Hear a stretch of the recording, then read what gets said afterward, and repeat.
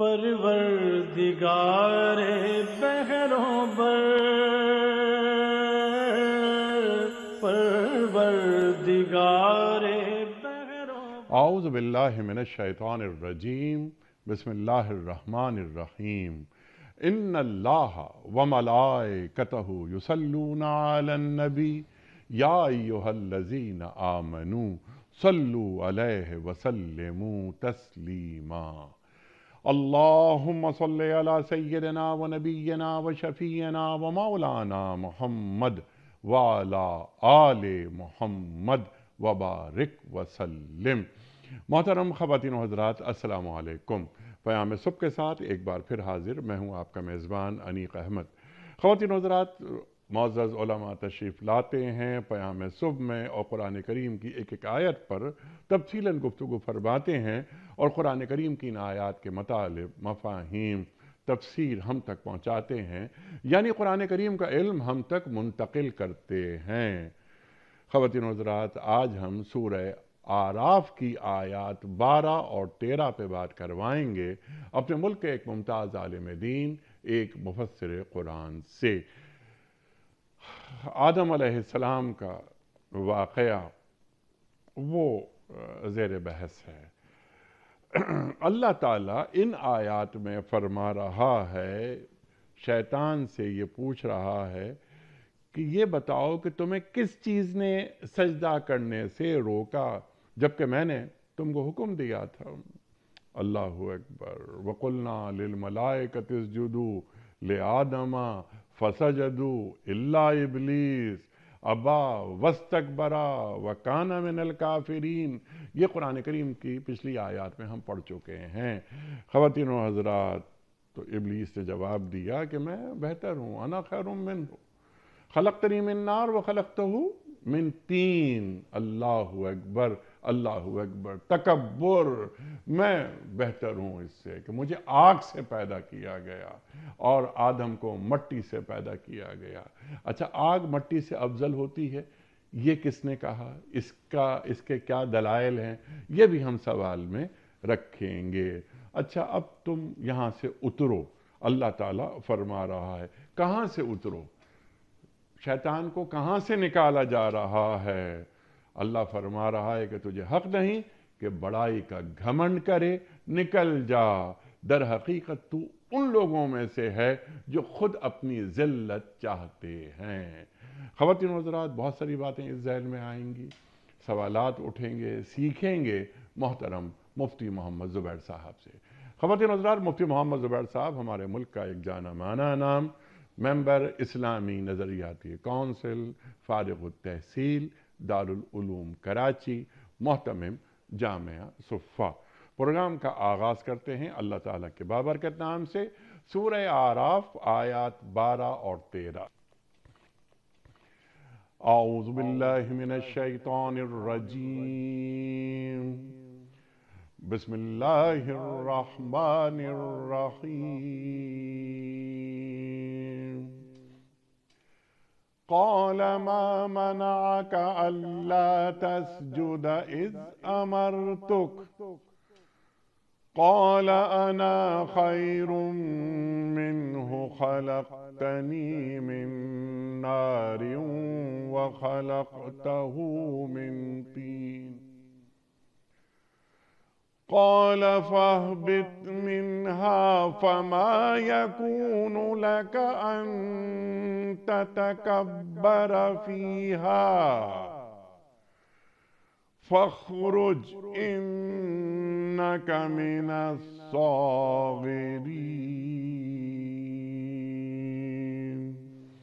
صدق اللہ العظیم۔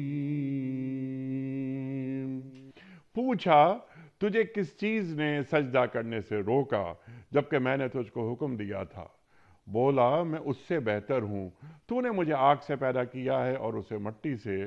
فرمایا اچھا تو یہاں سے نیچے اتر، تجھے حق نہیں ہے کہ یہاں بڑائی کا گھمنڈ کرے، نکل جا کہ در حقیقت تو ان لوگوں میں سے ہے جو خود اپنی ذلت چاہتے ہیں۔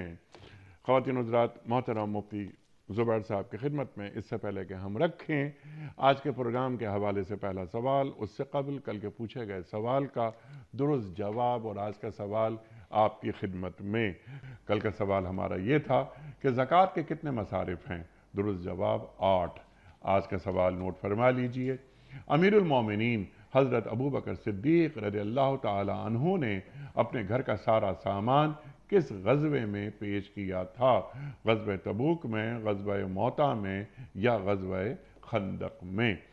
جو درست جواب آپ سمجھتے ہوں روانہ فرمائیے۔ ہمارے فون نمبرز ہیں 00922134527 ہمارا دوسرا فون نمبر ہے 0092213430090 ہمارا ای میل ایڈریس ps@duniatv.tv ہمارا SMS کا نمبر 3031 اور ہمارا واٹس ایپ کا نمبر ہے 0092321825019 حضرت ارشاد فرمائیے ذرا سا پس منظر اس واقعے کا، اور یہاں تکبر بیان کیا جا رہا ہے شیطان کا، اللہ کا مکالمہ ہے۔ اللہ کیا فرما رہا ہے؟ ارشاد۔ بسم اللہ الرحمن الرحیم، نحمدہ ونصلی علی رسولہ الکریم، اما بعد۔ اللہ رب العزت نے ان آیات کے اندر یہ بات ارشاد فرمائی کہ ہم نے حضرت آدم علیہ السلام کی تخلیق کے بعد ملائکہ کو یہ حکم دیا کہ تم حضرت آدم علیہ السلام کو سجدہ کرو، جیسا کہ آیت کا ایک آپ نے بھی حوالہ دیا، قُلْنَا لِلْمَلَائِكَةِ اسْجُدُوا لِآدَمَ فَسَجَدُوا إِلَّا إِبْلِيسَ۔ ایک اور مقام پر فَسَجَدُوا إِلَّا إِبْلِيسَ اور اجمعون کے الفاظ بھی آئے ہیں کہ سارے ملائکہ نے سجدہ کیا سوائے ابلیس کے کہ اس نے انکار کر دیا۔ یہ جو اللہ رب العزت نے حکم دیا تھا کہ تم آدم علیہ السلام کو سجدہ کرو، ظاہری طور پر اگر دیکھا جائے تو سجدے کا حکم اللہ رب العزت اپنے لیے ارشاد فرماتے، ظاہری عقل کے اعتبار سے، قیاس کے اعتبار سے، ظاہر کے اعتبار سے یہی بات قرین قیاس معلوم ہوتی ہے کہ بجائے مخلوق کے آدم علیہ السلام یقیناً ابو الآدم یعنی ابو الانسان اور عظیم الشان پیغمبر اور سب کچھ، مگر ہیں تو مخلوق، یعنی اللہ نے ان کو پیدا فرمایا، تو بجائے مخلوق کے سجدے کا حکم ہونا چاہیے تھا خالق کے لیے، کہ خالق اپنے لیے سجدہ طلب فرماتے اور اللہ رب العزت یہ مطالبہ فرماتے کہ مجھے سجدہ کرو۔ لیکن اللہ رب العزت نے اول وہلے کے اندر جو حکم دیا ملائکہ کو، وہ حکم یہ دیا کہ اسجدوا لآدم، تم سب کے سب آدم کو سجدہ کرو۔ شیطان کے انکار پر تو ہم ذرا بعد میں آئیں گے، لیکن یہاں دو باتیں بڑی قابل غور ہیں اور ہمیں اس کی طرف متوجہ ہونا چاہیے۔ پہلی بات تو یہ ہے کہ اس سے آدم کی، انسان کی عزت، اشرف المخلوقات ہونا، اور ہمیشہ کے لیے ذہنوں میں یہ ڈال دینا مقصود ہے کہ اللہ رب العزت نے انسانوں کو ایک شرف بخشا ہے، ایک اکرام کا، اعزاز کا، احترام کا، تکریم کا مقام بلند عطا کیا ہے، اور یہی وہ حقیقت ہے جس کو اللہ رب العزت متعدد مقامات پر خود قرآن کریم میں بیان فرما چکے۔ کہیں ارشاد فرما رہے ہیں سورۃ التین میں لَقَدْ خَلَقْنَا الْإِنسَانَ فِي أَحْسَنِ تَقْوِيمٍ، کہیں یعنی ہم نے انسان کو ایک اچھے سانچے میں پیدا کیا۔ کہیں ارشاد فرمایا جا رہا ہے وَلَقَدْ كَرَّمْنَا بَنِي آدَمَ وَحَمَلْنَاهُمْ فِي الْبَرِّ وَالْبَحْرِ وَرَزَقْنَاهُمْ مِنَ الطَّيِّبَاتِ وَفَضَّلْنَاهُمْ عَلَى كَثِيرٍ۔ اب آپ اندازہ لگائیں، ہم نے بنی آدم کو اکرام و اعزاز کا درجہ بلند اور مقام دیا ہے۔ وَلَقَدْ كَرَّمْنَا بَنِي آدَمَ وَحَمَلْنَاهُمْ فِي الْبَرِّ وَالْبَحْرِ، بر و بحر خشکی ہو کے تری ہم نے اس کو اٹھایا، اور پھر کیا کہا جا رہا ہے وَرَزَقْنَاهُمْ مِنَ الطَّيِّبَاتِ، تمام کی تمام مخلوقات کے مقابلے میں انسان کو جو ہم رزق دیتے ہیں وہ پاکیزہ، طیب، اعلیٰ درجے کا لقمہ، یہ ہم رزق دیا کرتے ہیں۔ وَفَضَّلْنَاهُمْ عَلَى كَثِيرٍ مِّمَّنْ خَلَقْنَا تَفْضِيلًا، اور ہم نے انسانوں کو فضیلت عطا کی ہے دوسروں کے مقابلے میں بہت زیادہ فضیلت۔ تو آدم علیہ السلام کی تکریم ابتدائے وہلہ کے اندر ڈالی جا رہی ہے، ان کا اعزاز، ان کا درجہ، ان کا مقام، اسی وجہ سے کہا جاتا ہے کہ انسان اشرف المخلوقات ہیں، اور انسان کو اللہ رب العزت نے یہ درجہ دیا. اور یہ جو اسلام کی شریعت کی جو تعلیمات ہیں اس میں ظاہر ہے کہ آپ کو پتہ ہے کہ سب سے پہلے آپ کے اپنے اعزہ اور اقربا ہوتے ہیں، پھر اس کے بعد آپ کے پڑوس والے ہوتے ہیں، پھر اس کے بعد آپ کے دائرہ اسلام میں پیارے مسلمان بھائی یعنی ان کے حقوق ہوتے ہیں، پھر اس کے بعد انسان اگر کوئی ہے تو اس کا حق ہے. تو ہم تو یہ کہا کرتے ہیں نا، آج کے دور کے اندر بھی یہ کوئی بات کہتا ہے کہ انسانی حقوق یا انسانیت فرسٹ پہ، ہیومنٹی فرسٹ ہے، یا انسانیت کو ترجیح دو، تو بھائی آج کا کوئی ہمارا لبرل دوست یا سیکولر دوست تو کیا ترجیح دے گا؟ اللہ رب العزت نے قرآن کریم کے اندر 1400 سال پہلے یہ زبردست قسم کے واشگاف اعلانات فرما رکھے. اور کیا خوبصورت بات، وَلَقَدْ كَرَّمْنَا بَنِي آدم، اور کیا کہا جا رہا اسجدوا لِآدم، آدم کو سجدہ کرو. تو یہ ساری کی ساری آیات یہ بتا رہی ہیں. اس سے یہ بات بھی آپ کو پتہ چلنی چاہیے کہ قرآنی آیات ان تمام رجحانات کی جو صالح، معتدل اور مثبت اور صحیح رجحانات ہوتے ہیں ان کے پیچھے نہیں چلتا، بلکہ ان کی لیڈنگ پوسٹ پر ہے، رہنمائی کرتا ہے، امامت کرتا ہے. آج کہا جاتا ہے انسانوں کو عزت، آج کہا جاتا ہے انسانیت فرسٹ، آج کہا جاتا ہے ہیومنٹی فرسٹ، تو قرآن کریم تو پہلے سے یہ کہہ رہا ہے. اور پھر میں نے آپ سے بار بار عرض کر دیا، وَلَقَدْ كَرَّمْنَا بَنِي آدم میں وَلَقَدْ كَرَّمْنَا المسلم نہیں کہا گیا، وَلَقَدْ كَرَّمْنَا المسلمین نہیں کہا گیا کہ مسلمانوں کو ہم نے، بنی آدم، جو بنی آدم ہوگا.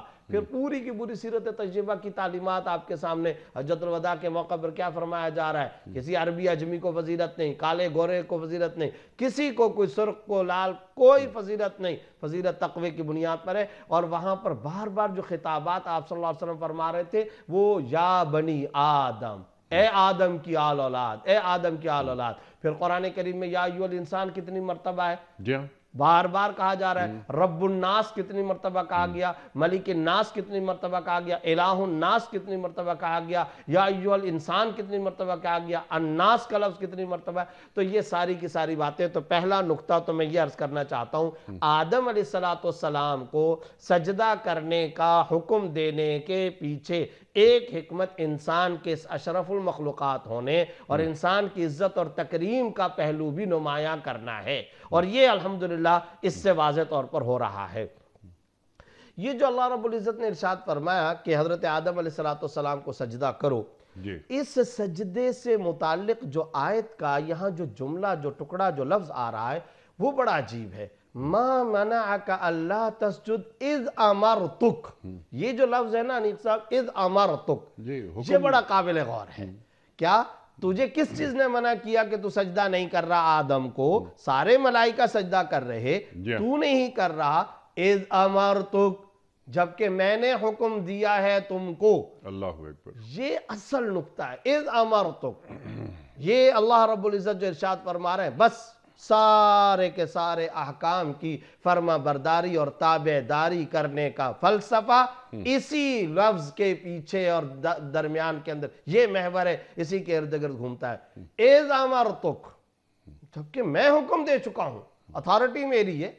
معبود کو سزاوار ہے عابدین سے وہ کس طرح کی اور کتنی اور کس انداز کی عبادت طلب کرتا ہے. سبحان اللہ، سبحان اللہ. یہ معبود کا رائٹ ہے، یہ اللہ رب العزت کا، خالق کا رائٹ ہے، مالک کا اور رازق کا ہے. ہم کون؟ عابدین، مخلوق، مرزوق، مملوک. وَكُلٌّ يَتَصَرَّفُ فِي مِلْكِهِ كَيْفَ شَاءَ. ہر انسان کو اس بات کا اختیار ہے کہ وہ اپنی ملکیت میں جیسا چاہے تصرف کرنا چاہے کرے، وہ اس کا مختار ہے، اس کو اس بات کا پورا پورا رائٹ اور اختیار حاصل ہے. آپ کوئی مشینری بناتے ہیں، جیسے چاہے آپ استعمال کریں. آپ کی کوئی مملوکہ چیز ہے، کپڑا ہے، اندر کی کھانے کی پینے کی جو آپ کی ملکیت، آنرشپ، آپ اس کو مکمل طور پر اختیار رکھتے ہیں، جیسے چاہے اختیار کریں، جیسے چاہے اس کو استعمال کریں. تو ہم سب کے سب مملوک ہیں اللہ رب العزت کے. تو اے شیطان، اے ابلیس، میں نے پیدا کیا نا تم کو، میں ہوں پیدا کرنے والا، خالق میں ہوں. میرا حکم آ گیا، جب میرا حکم آ گیا اس کے باوجود تم نے انکار کیا. وہ کون سی چیز تھی جس کی وجہ سے تم اس بات پر آئے اور تم مرتکب ہوئے اور میرے حکم کی خلاف ورزی کی؟ تو یہاں حضرات مفسرین کرام نے لکھا ہے آدم علیہ السلام کو سجدہ کرنا یہ خلاف قیاس اور خلاف ظاہر یا خلاف عقل ہونے کے باوجود بھی اس لیے لازم التعمیل ہے، واجب التعمیل ہے کہ اس کے اندر علت اللہ نے بیان فرما دی، اذ امرتک کہ حکم میرا ہے۔ ٹھیک ہے، آپ کو سمجھ میں آئی یا نہ آئے؟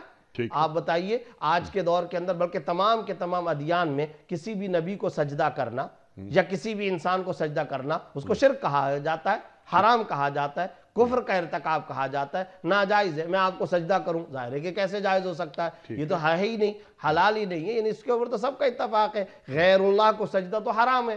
اب اس کے باوجود اللہ رب العزت یہ حکم دے رہے ہیں، تو یہ ہے اصل بنیادی نقطہ، اذ امرتک، اتھارٹی میری ہے، معبود حقیقی میں ہوں، مالک و رازق میں ہوں، خالق میں ہوں، تمہیں اپنے دائرے کے اندر رہنا ہے، مجھے سزاوار اختیار ہے، میں جیسے چاہوں تم کو حکم دوں۔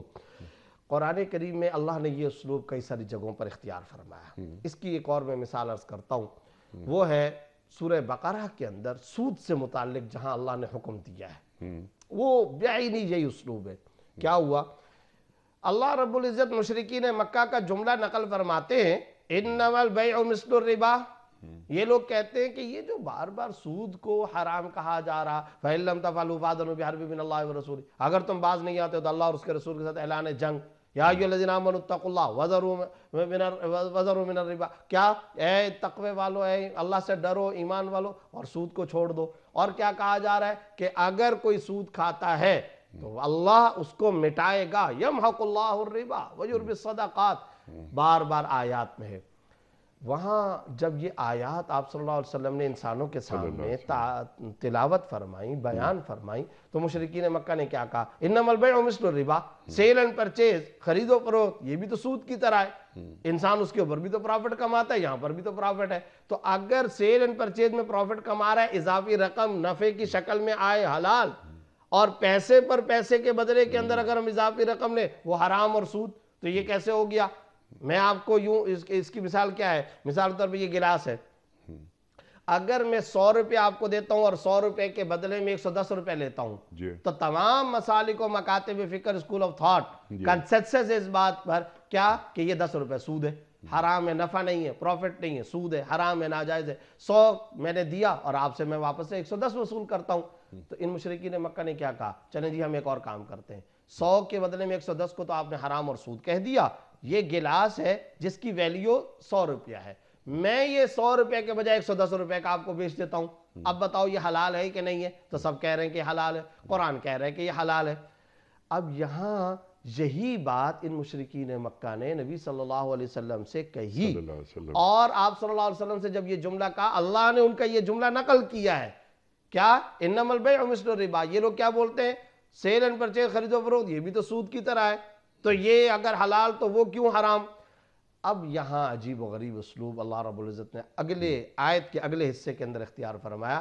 آپ کو پتہ ہے آج بھی جب ہم سود کو پروفٹ سے الگ کرتے ہیں تو آپ اپنے پروگراموں میں کتنے سارے فلسفے بیان کرتے ہیں، ہم کتنے سارے فلسفے بیان کرتے ہیں، ہم اس میں سود کی برائی، سود کی معاشرتی نقصانات، سماجی نقصانات، ہم اس میں ارتکاز دولت، ہم اس میں امیر تر بننا، غریب کا غریب تر بننا، اس میں مونوپولی کا قائم ہونا، اجارہ داری کا قائم ہونا، یہ ساری خرابیاں بیان، تو ہم یہ ساری کی ساری خرابیاں بیان کرتے ہیں، تو کیا اللہ رب العزت یہ حکمتیں، یہ فلسفہ بیان نہیں فرما سکتے تھے؟ لیکن اللہ رب العزت نے وہاں جو لفظ اختیار فرمایا، انما البیع مثل الربا، آگے اللہ تعالیٰ نے کیا فرمایا؟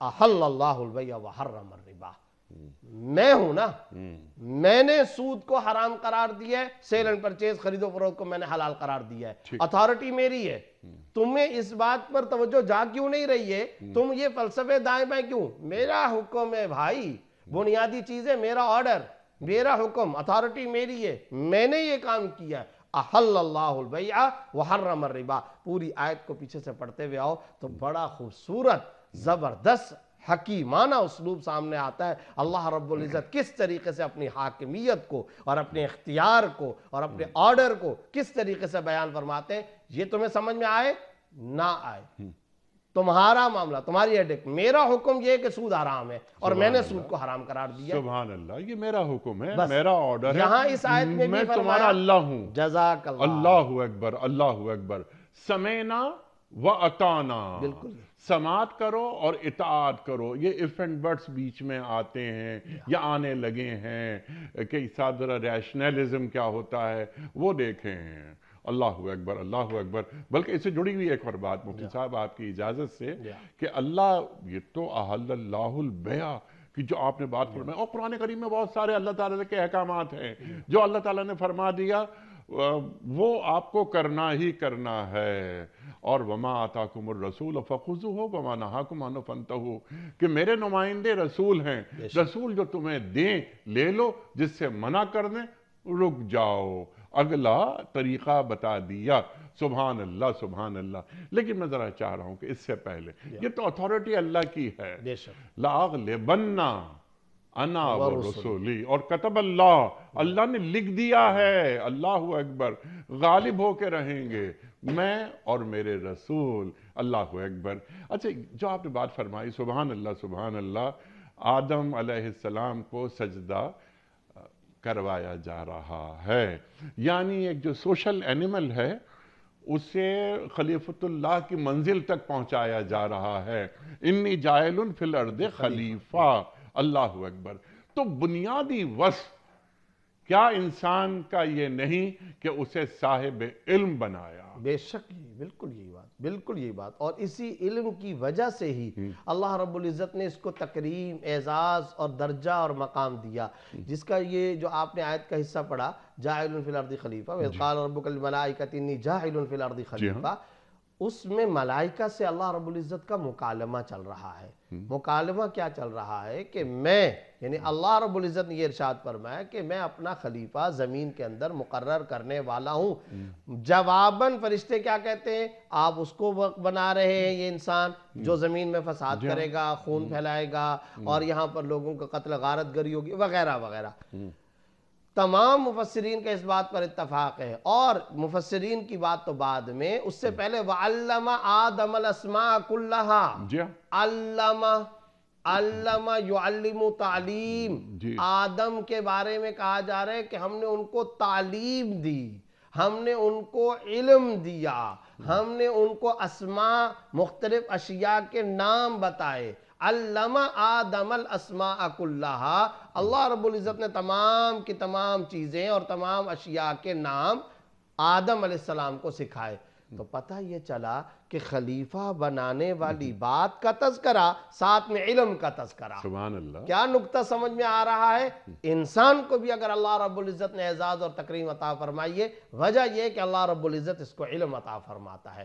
تو آج ہمیں بھی اس بات کو دیکھنا چاہیے کہ دراصل علم خود زندگی گزارنے کے اس لطیف جوہر کا نام ہے جس کی بنیاد پر انسان بلند ہوگا. سبحان اللہ. اگر یہ علم کا وصف اس کے پاس نہیں ہے تو اس کا مطلب ہے جس بنیاد پر اس کو اعزاز و تکریم مل رہا وہی بنیاد ہی ختم ہو گئی ہے. وہ بنیاد ہی ختم ہو گئی ہے. عربی کا ایک قانون ہے اور اصول ہے، اور وہ اصول عربی کا یہ ہے کہ جب کسی مشتق پر کوئی حکم لگایا جاتا ہے تو مادہ استحقاق اس حکم کی علت ہوتا ہے. یہ میں نے ایک صرف کی ایک ٹرم بیان کی، اس کو آسان لفظوں میں یوں ذکر کرتا ہوں کہ اگر میں کسی کو کہتا ہوں اکرموا ھذا العالم، اس عالم کا اکرام کرو، یہ میں عربی میں نے ایک جملہ بولا، تو یہی جملہ بتا رہا ہے کہ اس بندے کا اکرام اس لیے کرو کہ میں نے یہاں اس کے ساتھ عالم کا لفظ لگایا ہے. سبحان اللہ. اس کا اکرام کیوں کرو؟ اس لیے کہ یہ عالم ہے. اکرموا اباک، اپنے ابا جان کا اکرام کرو. عربی کا میں نے ایک جملہ ذکر کیا. تو یہ جملہ خود یہ بتا رہا ہے کیوں اکرام کرو اس آدمی کا؟ اس لیے کہ تمہارا والد ہے. اپنی ماں کا اکرام کرو، اکرموا امک، اپنی ماں کا احترام و اکرام کرو. تو یہ جملہ خود بتا رہا ہے اس عورت کا اکرام اس لیے کرو کہ وہ تمہاری ماں ہے، وہ تمہاری والدہ ہے. تو اسی طریقے سے انسان کا معاملہ یہ ہے کہ اللہ رب العزت نے جس کو خلیفۃ اللہ فی الارض بنایا، وہاں آدم علیہ السلام کے علم کا تذکرہ اللہ رب العزت نے فرمایا. پھر کیا سکھایا وہ بھی تذکرہ فرمایا. پھر آدم علیہ السلام کی جو تعلیمات ہیں وہ بھی اللہ رب العزت نے بیان فرمائی. پھر آدم علیہ السلام نے اس کی تبلیغ اور نشر و اشاعت بھی فرمائی. تو ان ساری باتوں سے جو سمجھ میں آیا، ایک نقطہ تو یہ سمجھ میں آیا کہ اللہ رب العزت انسان کی تکریم، انسان کا اعزاز اور اکرام فرما رہے. دوسرا نقطہ جو سمجھ میں آیا وہ یہ، جب اللہ کا حکم آ گیا تو پھر کوئی اگر چونکہ چنانچہ اف یہ نہیں چلے گا. 2 نقطے سمجھ میں آ گئے. تیسرا نقطہ یہ سمجھ میں آیا کہ انسان کو جو فضیلت ملی ہے وہ اس وجہ سے ملی ہے کہ وہ حامل العلم ہوتا ہے. علم کا وہ حامل ہے. اللہ رب العزت نے اس بنیاد پر اس کو اعزاز و مقام دیا. اس آیت میں یہ جو اذ امرتک ہے یہ ہمارے آج کے دور کے حساب سے ٹھیک. میرے جو یونیورسٹی کے نوجوان بھائی ہیں, ہمارا جو میڈیا کا طبقہ, صحافی طبقہ, عام ہمارے جو جدید یا عصری تعلیم کے حاملین جو ساتھی, کالج کے اسٹوڈنٹس, جو عام لوگ, میں ان سے ایک بات کہا کرتا ہوں کہ سمجھنے سمجھانے کی حد تک کسی حکم کا فلسفہ, اس کی حکمت, اس کی علت, اس کا ریزن, ٹھیک ہے اسٹڈی کرنا چاہیے, پڑھنا چاہیے. آپ کو یہ ہے کہ آپ بھئی یہ کیوں حرام ہے, یہ کیوں ناجائز ہے, تو کریں. لیکن اس سے بھی زیادہ ایک اہم ترین نقطہ ہے انیق صاحب. وہ نقطہ کیا ہے؟ یہ جو اذ امرتک ہے نا, اس کی روح اللہ کرے کہ ہمارے دل دماغ میں پیوست ہو جائے. میرے نوجوان بھائی کو یہ اختیار ضرور ہے کہ اس سلسلے میں شریعت کی تعلیم کیا ہے. ٹھیک ہے. اگر آپ کہتے ہیں جی اس سلسلے میں شریعت کی تعلیم یہ ہے, تو پھر اس نوجوان کو یہ رائٹ ہے پوچھے حدیث بتاؤ, آیت بتاؤ, ٹھیک, ریفرنس دو, کوٹ کرو, حوالہ بتاؤ, آپ کے پاس کیا استدلال ہے, آپ کے پاس کیا دلیل ہے, یہ ہے. لیکن یہ اختیار نہیں ہے کہ اللہ نے یہ حکم کیوں دیا, یہ نہیں ہے. مثال کے طور پر اس کی مثال ہے, اللہ رب العزت نے اس بات کی اجازت دی ہے کہ 4 شادیوں کی اجازت ہے, یہ ہے. اچھا, اب میرا ایک نوجوان بھائی کہے 4 شادیوں کی اجازت ہے, ذرا آپ بتائیے قرآن کی کون سی آیت میں لکھا ہوا ہے؟ میں پابند ہوں آیت پیش کرنے کا, میں پابند ہوں حدیث پیش کرنے کا. یہ ہر نوجوان کو, ہر مسلمان کو رائٹ حاصل ہے. لیکن اگر کوئی شخص یہ کہنے لگ جائے کہ 4 شادیوں کا اختیار اللہ نے مرد کو دیا ہے, عورت متعدد شوہر کیوں نہیں رکھ سکتی ہے؟ یا اللہ نے جو 4 شادیوں کا حکم کی اجازت دی ہے کیوں دی ہے؟ یا اللہ نے کیوں کیا؟ یہ اللہ رب العزت نے کیسے کر لیا؟ نعوذ باللہ. یہ چیزیں جو ہم بعض اوقات کر رہے ہوتے ہیں, اور اس میں یہ جو آئی تھنک کا فتنہ ہے, میرے خیال میں اس طرح سے نہیں, اس طرح سے ہے. اور پھر ہم اپنے طور پر خود ساختہ کچھ لاجکس بنا لیتے ہیں, کچھ فلسفے بنا لیتے ہیں. تو بھائی ہمیں اپنا دائرہ, ہمیں اپنی اوقات سمجھنی چاہیے. ہمارا دائرہ کار, ہماری اوقات یہ ہے. کوئی بات آپ کے سامنے آئی, آپ کو رائٹ ہے 100% کہ آپ پوچھیں اس کی آیت کے اندر دلیل پیش کرو, حدیث کی شکل میں اس کی دلیل پیش کرو. لیکن یہ نہیں ہے اللہ نے سود کو حرام کیوں قرار دیا, اللہ رب العزت نے شراب کو حرام کیوں قرار دیا. آپ یہ پوچھیں اللہ نے شراب کو کہاں حرام قرار دیا, پوچھیں آپ کا رائٹ ہے. لیکن کیوں حرام قرار دیا, یہ ہمارا رائٹ نہیں ہے. بندے کی بندگی اور محتاجگی کے بھی خلاف ہے, کیونکہ یہاں کیا حکم آ رہا ہے؟ اذ امرتک, جب میں نے تم کو حکم دے دیا. اچھا, آگے اس کے بعد آپ دیکھیں اگلی اسی آیت کا اگلا حصہ کیا ہے؟ جب میں نے تم کو حکم دیا تو تم نے سجدہ کیوں نہیں کیا؟ تو وہ کیا کہہ رہا ہے؟ خلقتنی من نار وخلقتہ من طین. اس سے پہلے انا خیر منہ, انا خیر, اللہ اکبر, انا خیر منہ. یہ طے کیسے کر لیا آپ نے کہ میں اس سے بہتر ہوں؟ تو کوئی دلیل, جیسے بھی آپ نے کہا استدلال وغیرہ, اس سے قبل کہ ہم آیت کے اگلے حصے پر آئیں, جو آپ بات فرما رہے تھے, بہت اہم ترین بات. ایک چیز میری سمجھ میں نہیں آتی, ایک مجھے کمپیوٹر سمجھ میں نہیں آتا, ایک مجھے موبائل سمجھ میں نہیں آتا, یا کوئی بھی چیز سمجھ میں نہیں آتی. میں یہ نہیں کہتا کہ آئی تھنک, یا میں کہ نہیں اس کو یوں ریجیکٹ نہیں کرتا, if and buts نہیں آتے کہ ایک چیز کو میں نہیں جانتا. قرآن کریم کے حوالے سے یا اللہ کے احکام کے حوالے سے کیا بندہ اس بات کا مکلف ہے کہ وہ اس کا تجزیہ کرنا شروع کر دے کہ یہ اللہ کا حکم کیسا ہے, ٹھیک ہے یا نہیں ہے, انسانیت کے حق میں ہے یا نہیں؟ اللہ اکبر. الا یعلم من خلق, کیا اللہ ہی نہیں جانے گا جس نے پیدا کیا ہے؟ اللہ کو ہم کون ہوتے ہیں شریعت کی تعلیمات بنا کر پیش کرنے والے, یا ہم کون ہوتے ہیں اللہ کا آڈٹ کرنے والے؟ وہ خالق ہے, وہ معبود ہے ہمارا, جو فرمایا گیا اس پر عمل کرنا ہے. ایک صاحب مجھ سے کہنے لگے کہ میرے دل میں آتا ہے کہ فجر کی نماز 9 بجے ہونی چاہیے. صحیح ہے کہ نہیں؟ فجر کی نماز 9 بجے ہونی چاہیے. تو ہم نے کہا جی اچھا کیا کریں اب آپ کے دماغ کے اندر یہ بات آتی ہے. تھوڑی سی دیر کے بعد گفتگو ہوئی تو گفتگو کے اندر کہنے لگے کہ یہ جو پانچے شلوار کے جو ہے وہ ٹخنوں سے نیچے رکھنے کا حکم ہے, تو اس کے پیچھے ایک لاجک تھی. میں جی فرمائیے. کہ وہ جو مدینہ منورہ تھا وہاں سڑکیں پکی تھی ہی نہیں, تو وہ تو سب مٹی کا وہ سب ہوتا تھا، تو وہ نیچے پانچے لگتے تھے تو وہ سارے کا سارا وہ مٹی ہوتی تھی، اس لیے یہ حکم دیا گیا ما اسفل من الکعبین من الازار فی النار۔ یعنی آپ اندازہ لگائیں کہ کہاں سے۔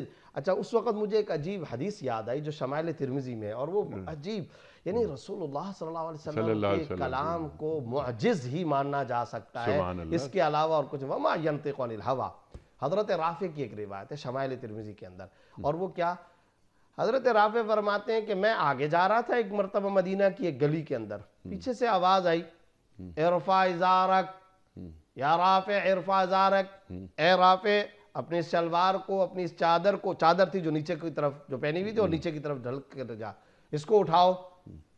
تو کہا کہ میں نے جب پیچھے دیکھا تو رسول اللہ صلی اللہ علیہ وسلم تھے، تو میں نے کہا یا رسول اللہ یہ تو ایک ملحا، ایک چھوٹی سی چادریہ سی ہے، یعنی یہ تو ایک چادر سی ہے ایسی اگر نیچے لگ رہی۔ تو ان کا مقصد کیا تھا صحابی کا؟ ان کا مقصد یہ تھا کہ یا رسول اللہ آپ کا جو یہ حکم تھا وہ اس وجہ سے کہ تکبر ہو، تو یہ تو ایک چھوٹی سی چادر سی ہے وغیرہ۔ اس موقع پر آپ صلی اللہ علیہ وسلم نے عجیب جملہ ارشاد فرمایا، یا رافع، اے رافع اما لک فی اسوہ، مجھے پہلے یہ بتاؤ کیا تمہارے لیے میری زندگی میں کوئی نمونہ نہیں ہے؟ اللہ اکبر، اما لک فی اسوہ، اللہ اکبر، اللہ اکبر۔ اور فوراً کہا یا رسول اللہ میں معذرت معافی چاہتا ہوں، فوراً اپنے پجامے کو، چادر کو اوپر اٹھا لیا۔ یعنی جملہ کیا ارشاد فرمایا؟ اچھا نبی سے بڑا دنیا میں کون عالم ہو سکتا ہے؟ براہ راست اللہ رب العزت علم عطا فرماتے ہوں۔ آج ہم فلسفے بہت سارے پیش کر سکتے، تو کیا رسول اللہ صلی اللہ علیہ وسلم فلسفے نہیں پیش کر سکتے تھے کہ اس کی حکمت یہ ہے، اس کا فلسفہ یہ ہے، اس کے پیچھے منطق یہ ہے، اس کی لاجک یہ ہے، اس میں حکمتیں یہ، علت یہ، ریزن یہ، سبب یہ؟ نہ، کیا جملہ ارشاد فرمایا، اما لک فی اسوہ، کیا تمہارے لیے میری زندگی میں کوئی نمونہ نہیں ہے؟ اللہ اکبر۔ بس یہ ہے وہ روح جو اللہ رب العزت کو مطلوب ہے۔ یہ رائٹ ضرور ہے میرے نوجوان بھائی کو کہ پوچھے آپ نے جو یہ بات کہی اس کا ریفرنس کیا ہے، اس کی دلیل کیا ہے، حوالہ کیا ہے، مگر یہ نہیں ہے کہ اللہ تعالیٰ نے یہ حکم کیوں دیا، اللہ تعالیٰ کو چاہیے تھا نعوذ باللہ ایسے نہیں ایسے حکم دیتے، یہ والا حکم یوں انداز میں نہیں یوں والا دے دیتے، اللہ تعالیٰ اس طریقے سے یہ ٹھیک ہے۔ یہ کیوں حج پہ لوگ چلے جاتے ہیں، اتنے پیسے خرچ ہوتے ہیں، اس سے غریبوں کی شادیاں کرا دی جائیں، ہاسپٹلز کھول لیے جائیں، ہر سال قربانی کے موقع پر ہمارے ایسے فلسفے سامنے آتے ہیں، قربانیاں کیوں ہو رہی ہیں؟ تو من استطاع الیہ سبیلا، وہ بھی جو قرآن کریم کا حکم ہے۔ سر سید احمد خان کے بارے میں ایک وہ جملہ مشہور ہے، انہوں نے ایک مرتبہ مولانا قاسم نانوتوی رحمۃ اللہ علیہ کو فرمایا، لکھا خط کہ اسلام کا کوئی حکم عقل کے خلاف نہیں ہونا چاہیے۔ تو حضرت نے جواب میں کہا کہ محترم آپ نے بہت اچھا جملہ لکھا مگر آپ نے الٹ کر دیا، عقل کی کوئی بات اسلام کے خلاف نہیں ہونی چاہیے۔ کیا بات ہے، اتھارٹی عقل نہیں ہے، اتھارٹی شریعت ہے۔ سبحان اللہ۔ ہم نے اپنے آپ کو قرآن کے تابع بنانا ہے، قرآن کو اپنے تابع نہیں بنانا، وہ جو علامہ اقبال مرحوم نے کہا تھا، جی جی جی، صحیح ہے کہ نہیں، کہ ہم قرآن کو نعوذ باللہ اپنے تابع بنانے کی کوشش کرتے ہیں، ایسا بالکل نہیں، اور یہ بندے کی بندگی کے بھی خلاف ہے، وہ اپنے دائرے سے باہر جا رہا ہے، اپنی اوقات سے باہر جا رہا ہے۔ علامہ فرماتے ہیں نا کہ خود بدلتے نہیں، قرآن کو بدل دیتے ہیں۔ ہوئے کس جردہ فقیہان حرم بے توفیق۔ اللہ اکبر، اللہ اکبر۔ تو قرآن کے مطابق اپنی زندگی کرنی ہے، گزارنی ہے، اور قرآن کو اپنی زندگیوں کے مطابق نہیں بنا لینا ہے۔ اچھا اب یہاں ذرا سا آگے چلتے ہیں، اس سے بہت شاندار بات ہو گئی۔ اچھا اب یہ انا خیر منہ، اب یہاں بات ہو رہی ہے، تکبر آ گیا شیطان کے اندر کہ میں نے اس لیے آپ کے حکم کو نہیں مانا۔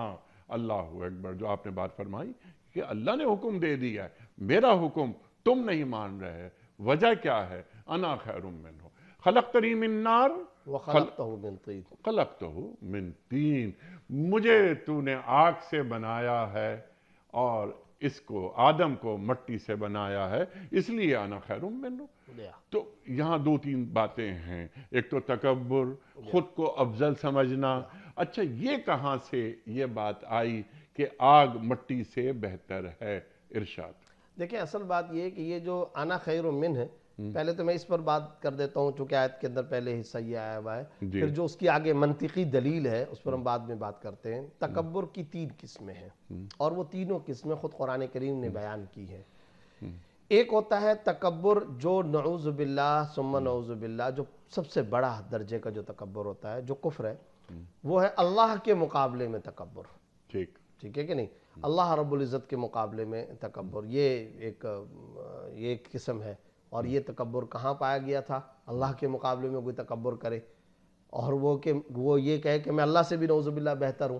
یہ فرعون نے پیش کیا تھا. کیسے؟ انا ربکم الاعلی. تو اس نے براہ راست نعوذ باللہ ثم نعوذ باللہ اللہ کے مقابلے میں تکبر کیا کہ یہ جو موسیٰ علیہ السلام جس اللہ کو پکارتے ہیں، انا ربکم الاعلی، لوگوں میں تمہارا اعلیٰ رب ہوں، میں اس سے زیادہ بلند رب ہوں. تو یہ ہے اللہ کے مقابلے میں تکبر. قرآن میں یہ بیان کیا گیا. یہ کفر ہے واضح طور پر، اس سے بڑا اور کیا کفر ہو سکتا ہے. دوسرا تکبر ہے، تکبر کی دوسری قسم، انبیاء اور رسولوں کے مقابلے میں تکبر. جیسا کہ خود رسول اللہ صلی اللہ علیہ وسلم کے بارے میں مشرکین مکہ نے کیا کہا؟ ایک مرتبہ کہا ابعث اللہ ھذا رسولا، کیا اللہ نے ان کو رسول بنا کر کے بھیجا؟ ایک اور جگہ پر کیا فرمایا؟ لولا نزل ھذا القرآن علی رجل من القریتین عظیم، کیوں نہیں نازل کیا گیا یہ قرآن دو شہروں میں کسی عظیم آدمی پر؟ نعوذ باللہ ثم نعوذ باللہ. وہ رسول اللہ صلی اللہ علیہ وسلم کو عظیم نہیں مانتے تھے. لولا نزل ھذا القرآن علی رجل من القریتین عظیم، ان دو شہروں میں کسی عظیم انسان پر، کسی بڑے مالدار پیسے والا، اس کے اوپر قرآن کریم کو کیوں نہیں نازل کیا گیا؟ تو یہ جو ہے ابعث اللہ ھذا رسولا، کیا اللہ نے ان کو رسول بنا کر کے بھیجا یا قرآن کیوں نہیں نازل کیا؟ اسی طریقے سے وہ جو آیت ہے کہ ھذا رسول یمشی فی الاسواق یاکل الطعام ویمشی فی الاسواق، یہ کیسے رسول ہے کہ یہ کھانا کھاتے ہیں بازاروں میں چلتے ہیں؟ یہ تکبر کی وہ قسم ہے جو انبیاء کے مقابلے میں. تکبر کی یہ دونوں قسمیں کفر ہیں. تکبر کی یہ دونوں قسمیں کفر نہیں بلکہ سب سے ٹاپ آف دا لسٹ، سب سے اعلیٰ درجے کا کفر. تکبر کی ایک تیسری قسم ہوتی ہے کہ کوئی انسان کسی دوسرے انسان کے مقابلے میں اپنے آپ کو بہتر اور افضل سمجھے. یہ کفر تو نہیں ہے مگر حرام ہے، سخت ناجائز ہے، کبیرہ گناہ ہے، شدید ترین جرم ہے، سنگین ترین گناہ ہے. یہ ہے تکبر کی تیسری قسم. تو پہلی دو قسمیں یہ کفر والی ہیں. یہاں پر شیطان نے تکبر کی ان تینوں قسموں میں سے کون سی قسم کو اختیار کیا ہے؟ دوسری قسم کو. کیا؟ آدم کے مقابلے میں کہہ رہا ہے انا خیر منہ، لہذا واضح طور پر کفر کے اندر آ گیا، واضح طور پہ راندہ درگاہ ہو گیا. اس سے پتا چلا کہ یہ جو تین قسمیں تھیں، اس شیطان نے درمیانی والی قسم کو اختیار کیا، انبیاء کے مقابلے میں اور نبی کے مقابلے میں اپنے آپ کو افضل اور بہتر قرار دے رہا ہے. اب آ جاتے ہیں ہم اس کی دلیل کی طرف. انا خیر من خلقتنی من نار وخلقتہ من طین، آپ نے ان کو پیدا کیا ہے مٹی سے، مجھے پیدا کیا ہے آگ سے، تو آگ افضل ہے. اچھا بھی آگ کیسے افضل ہوتی ہے؟ اس کا جواب یہ ہے کہ یہ دراصل اس منطق اور لاجک پر چل رہا تھا کہ جب ہم دیکھتے ہیں آگ نمایاں ہو کر اس کی شان یہ کہ وہ اوپر کی طرف جاتی ہے. تین کا لفظ کا مٹی کا کیچڑ کا وہ نیچے ہوتی ہے، آگ ابھرتی ہے اور نمایاں ہوتی ہے، دور سے نظر آتی ہے، ممتاز ہوتی ہے. اس کی شان میں یہ بات ہے کہ وہ اونچائی کی طرف جاتی ہے، اور مٹی کی شان میں یہ بات ہے کہ وہ نیچے کے اندر ہوتی ہے اور اس کو رگڑا جاتا ہے اور وہ نیچے رہتی ہے. تو پتہ چلا کہ وہ تو اونچی چیز ہے اور مجھے آگ سے پیدا کیا گیا، لہٰذا میں تو میری تو شان ہے اوپر رہوں، میں تو افضل ہو گیا. نعوذ باللہ ان کو چاہیے مجھے سجدہ کریں، میں کیوں ان کو سجدہ کروں؟ یہ اس نے دلیل پیش کی. حضرات مفسرین نے اور خصوصاً امام رازی رحمۃ اللہ علیہ نے تفسیر کبیر کے اندر لکھا ہے، اس پہلو سے دیکھا جائے تو اس کی جو یہ دلیل ہے، یہ جو ایک طرح سے یہ باقاعدہ ایک منطقی ٹائپ کی دلیل بنتی ہے، ایک لاجک بنتی ہے کہ میں نمایاں اور آگ نمایاں اور یہ تو مٹی سے بنائے گئے تو یہ تو نیچے، یہ ان کی منطق. لیکن انہوں نے فرمایا کہ پھر وہی بات آئے گی. بات وہی ہے اذ امرتک، جب میرا حکم آیا تھا. تو اسی لیے حضرت ڈاکٹر عبدالرحمٰن رحمۃ اللہ علیہ فرمایا کرتے تھے کہ یہ شیطان ہے، اس میں تین قسم کی عینیں جمع ہیں، چوتھی عین نہیں ہے. تو تین قسم کی کون سی عین؟ یعنی عالم تھا، عالم تھا، اسی لیے تو یہ منطقی دلیل پیش کر رہا ہے. عالم کا مطلب یہی ہے کہ علم تھا نا، اس نے باقاعدہ دلیل پیش کی ہے، ایک استدلال پیش کیا ہے، ایک نظریہ اس نے پیش کیا ہے، باقاعدہ مٹی کا اور پھر آگ کا دونوں کا کمپیریزن کیا اور دونوں کا تقابل کیا. پھر کہا کہ اس کی شان میں بلندی، اس کی شان میں نیچے ہونا. تو یہ اس نے باقاعدہ طور پر ایک علمی تو عالم بھی تھا، ایک عین اس کے اندر جمع. پھر کہا کہ عابد بھی تھا. آپ کو پتا ہے قرآن کریم کی کئی آیات سے پتہ چلتا ہے عبادت گزار تھا, تو عالم بھی تھا, عابد بھی تھا. تیسری بات عارف ہونے کا کیا مطلب ہے؟ یہ جانتا تھا کہ جو مجھے حکم دے رہا ہے وہ میرا مالک ہے, اللہ ہے. جانتا تھا, معرفت اس کو حاصل تھی. تو عالم بھی ہے, عابد بھی, عارف بھی ہے. فرمایا چوتھی چیز نہیں تھی, عاشق نہیں تھا. اللہ اکبر. عشق کا جو درجہ ہوتا ہے وہ تفویض کا درجہ ہوتا ہے, وہ خود سپردگی کا درجہ ہوتا ہے, سر تسلیم خم کرنے کا کہ یا اللہ مجھے سمجھ میں نہیں آ رہی, علمی طور پر استدلال ادھر لگ رہا ہے, یہ سب کچھ ہے, مگر یا اللہ یہ آپ کا چونکہ حکم ہے لہذا مجھے جبین نیاز جھکا لینی چاہیے, مجھے دیگر ملائکہ کی طرح آدم کو سجدہ کر لینا چاہیے. تو یہ چوتھی چیز نہیں تھی. تو پتہ چلا کہ یہ جو عشق کا درجہ ہے, یہ جو خود سپردگی کا درجہ ہے, یہ تسلیم و رضا کا درجہ ہے, یہ جو عبدیت کا تذکرہ ہے, اور یہ جو محتاج ہونے کا, یہ ہے بندے سے اللہ کو مطلوب. چنانچہ آپ دیکھیے اس کی تائید اس سے بھی ہوتی ہے, جہاں اللہ نے نا اپنی بلندی کا تذکرہ فرمایا, اور وہاں پر اللہ کے ہاں بندے کے مقام بلند کا تصور کیا ہے؟ وہ یہ تصور ہے کہ وہ جتنا زیادہ عبدیت اختیار کرے.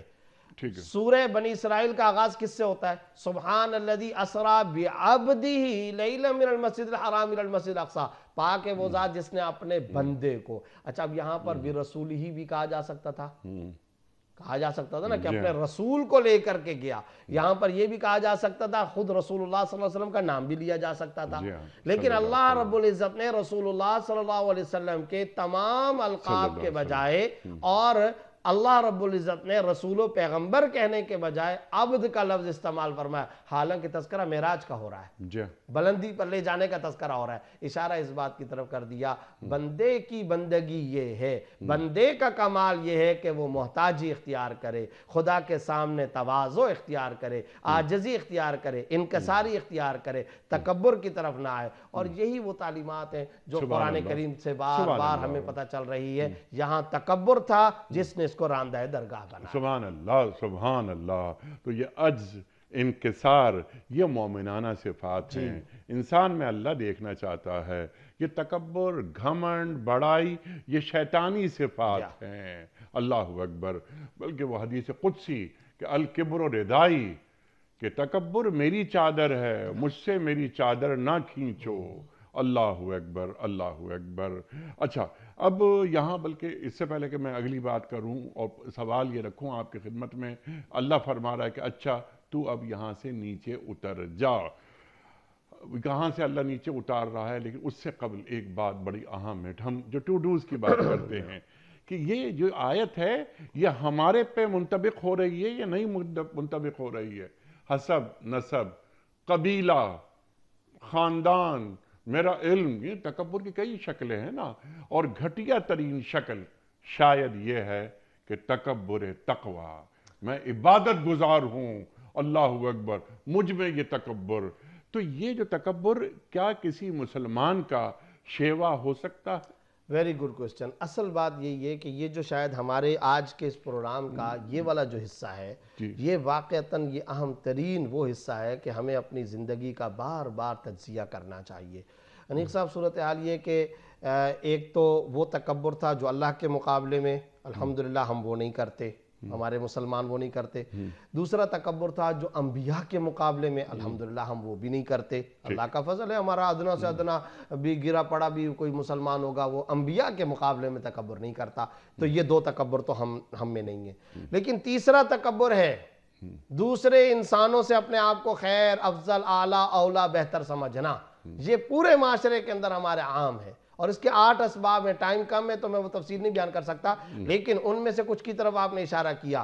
حسب نسب کا تکبر ہوتا ہے. پہلے تو اس تکبر پر آ جائیں. اس تکبر کے بارے میں قرآن کریم کا لب و لہجہ کیا ہے؟ اِنَّهُ لَا يُحِبُّ الْمُسْتَكْبِرِينَ. بے شک اللہ تعالیٰ تکبر کرنے والوں کو پسند نہیں کرتا. دوسری جگہ پر کیا آ رہا ہے؟ تکبر تو اپنی جگہ, تکبر کی چال ڈھال خدا کو پسند نہیں. اور لفظ کیا؟ وَلَا تَمْشِ فِي الْأَرْضِ مَرَحًا, زمین پر اترا کر کے مت چلو. لن تخرق الارض ولن تبلغ الجبال طولا، تم زمین کو پھاڑ بھی نہیں سکتے اور بلندی میں تم پہاڑ کی چوٹی تک بھی نہیں پہنچ سکتے. کس چیز کا تکبر کرتے ہو؟ وعباد الرحمن الذین یمشون علی الارض ہؤنا، رحمان کے بندے وہ ہوتے ہیں وقار کے ساتھ، تواضع کے ساتھ، عاجزی کے ساتھ زمین پر چلتے ہیں. ان کی چال ڈھال، وضع، قطع، رفتار و گفتار کو اللہ رب العزت نے بیان فرما دیا کہ ان کے کام میں، ان کی گفتار میں، ان کی لباس میں، ان کی گفتگو میں عاجزی ہوتی ہے. وقار، مسکنت، تواضع، ایثار و قربانی، یہ ان کے اندر مومنانہ صفات ہوا کرتی ہے. خود قرآن کریم عباد الرحمن کہہ کر کے ان کو بیان کر رہا ہے. تو ایک یہ بات یاد رکھنی چاہیے کہ یہ جو تکبر ہے، دوسرے کے مقابلے میں اپنے کو بہتر سمجھنا، یہ مذموم ہے، اللہ پسند نہیں کرتا. پھر اللہ نے اس وضع قطع کو بھی بیان کیا. پھر اللہ رب العزت نے متکبرین کے بارے میں باقاعدہ جہنم کا ایک دروازہ بیان کیا. ادخلوا ابواب جہنم خالدین فیہا وبئس مثوی المتکبرین، کہ جہنم کے دروازوں میں سے مخصوص دروازوں کے اندر تم داخل ہو جاؤ، بدترین ٹھکانہ ہے تکبر کرنے والوں کے لیے. آج ہمارے دور کے اندر کیا ہے، یا تو میرے اندر آئے گا حسب نسب کا تکبر. نبی صلی اللہ علیہ وسلم کی صحیح حدیث، من بطأ بالعمل لم یسرع بالنسب، جو عمل کے اعتبار سے پیچھے رہ گیا، نسب اس کو کبھی بھی آگے نہیں بڑھا سکتا. اللہ اکبر. تم کتنے ہی اعلیٰ درجے کے نسب والے ہو جاؤ نا، لوط علیہ السلام سے زیادہ تمہارے والدین کا یا شوہروں کا نسب نہیں ہو سکتا. ان کی بیوی راندہ درگاہ، نوح علیہ السلام کا بیٹا راندہ درگاہ. تو حسب نسب بدترین تکبر، علم کا تکبر بدترین تکبر. پھر جو آپ نے کہا، یہ بھی آج اللہ معاف کرے خواص کی ایک انتہائی مذموم اور قبیح ترین عادت ہے، وہ ہے تکبر تقوی. ہمارے بہت سارے خواص میں اللہ ہم سب کی حفاظت فرمائے، ہم کسی کا نام نہیں لیتے. ان خواص کی یقین جانیں، مجلس کے اندر یا ان کے ساتھ بیٹھک یا گفتگو کے اندر جب بھی آپ بیٹھتے ہیں، ان کے ایک ایک جملے سے یہ جھلک رہا ہوتا ہے، میں تو نمازی ہوں، میں تو علم والا ہوں، میں تو عالمانہ شان والا ہوں، ان کو دیکھو فلاں کو دیکھو فلاں. یعنی ساری گفتگو کا ماحصل یہ ہے کہ دوسرا انتہائی حقیر ہے، وہ کمتر ہے، میں اعلیٰ درجے والا ہوں، علم میرے پاس، عبادت میرے پاس، فرائض و واجبات میرے پاس، میں تو پورے کا پر اولئک هم المفلحون فائزون، یہ سب مجھ پر آتا ہے. اور باقی والے، اس کا لباس بھی یہ ہے، اس کی داڑھی ایسی ہے، اس کے کپڑے ایسے ہیں، اس کی گفتگو ایسے ہے. یہ جو تکبر تقوی، یہ بدترین تکبر ہے. اور یہاں پر بھی جو شیطانی صفات میں سے لگ رہا ہے وہ یہ کہ یہ ایک شیطانی صفت، تکبر شیطانی صفت ہے. اللہ اکبر. اور جس طرح آپ نے بات فرمائی کہ جنت کی خوشبو بھی نہیں سونگھ سکتا ایک متکبر. اللہ اکبر، اللہ اکبر. اچھا مفتی صاحب، لاسٹ منٹ، اللہ تعالیٰ یہاں فرما رہا ہے بالکل آخری حصہ آیت نمبر 13 سورہ اعراف کہ اچھا اب تو یہاں سے نکل. اللہ تعالیٰ راندہ درگاہ کر رہا ہے. کہاں سے اللہ نکال؟ آسمان سے نکلنے کا، کہ آسمان سے نکل جا، کیونکہ یہاں پر سارے ملائکہ ہیں، اور ملائکہ ہمیشہ سجدے، تواضع، عبادت والے. متکبرین کی یہاں پر جگہ نہیں ہے. فَابِطْ مِنْهَا، یہاں سے اتر جا، یہاں سے نکل جا. اس لیے اللہ رب العزت نے وہاں اس مقام سے شیطان کو نکل جانے کا حکم دیا. کیونکہ خیر اور شر ایک ساتھ نہیں رہ سکتے. مفتی صاحب کا بڑا ممنون، بڑا شکر گزار آپ تشریف لائے. خواتین و حضرات، ہمارے علماء کو اللہ سلامت رکھے، تشریف لاتے ہیں اور قرآن کریم سے ہمیں قریب کر دیتے ہیں. وقت کیا مکمل ہوا ہمارے آج کے پروگرام کا، ورنہ بہت ساری باتیں مزید ہو سکتی تھیں. کوئز.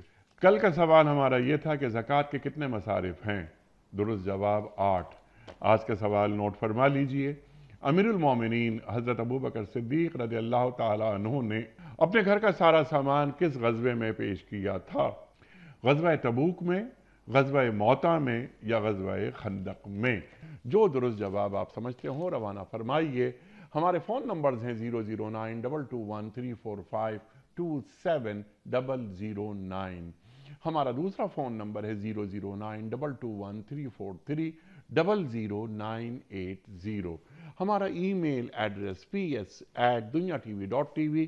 ہمارا SMS کا نمبر 3031 اور ہمارا واٹس ایپ کا نمبر ہے 009232500194. وقت قرآن دازی کا. محترم مفتی زبیر صاحب ایک پرچی نکال کر اعلان فرما دیجئے آج کے ونر ہیں یہ ہے محمد رمضان ڈیرہ غازی خان پنجاب سے۔ محمد رمضان ڈیرہ غازی خان پنجاب سے۔ آپ کا علاقہ؟ جی جی، پرانا آبائی علاقہ۔ پرانا آبائی علاقہ آپ کا ڈیرہ غازی خان۔ تو مفتی صاحب نے پرچی نکالی اپنے آبائی علاقے سے متعلق فرد محمد رمضان کی ڈیرہ غازی خان سے۔ رمضان صاحب آپ کی خدمت میں دنیا ٹی وی کی جانب سے دینی کتب پر مشتمل گفٹ ہیمپر آپ کے گھر بذریعہ کوریئر روانہ کیا جا رہا ہے۔ آپ کو بہت بہت مبارک ہو۔ پیام صبح کا اختتام ہوتا ہے روزانہ ایک قول پر، اور وہ قول ہوتا ہے صاحب نہج البلاغہ امیر المومنین حضرت علی مرتضیٰ کرم اللہ وجہہ کا۔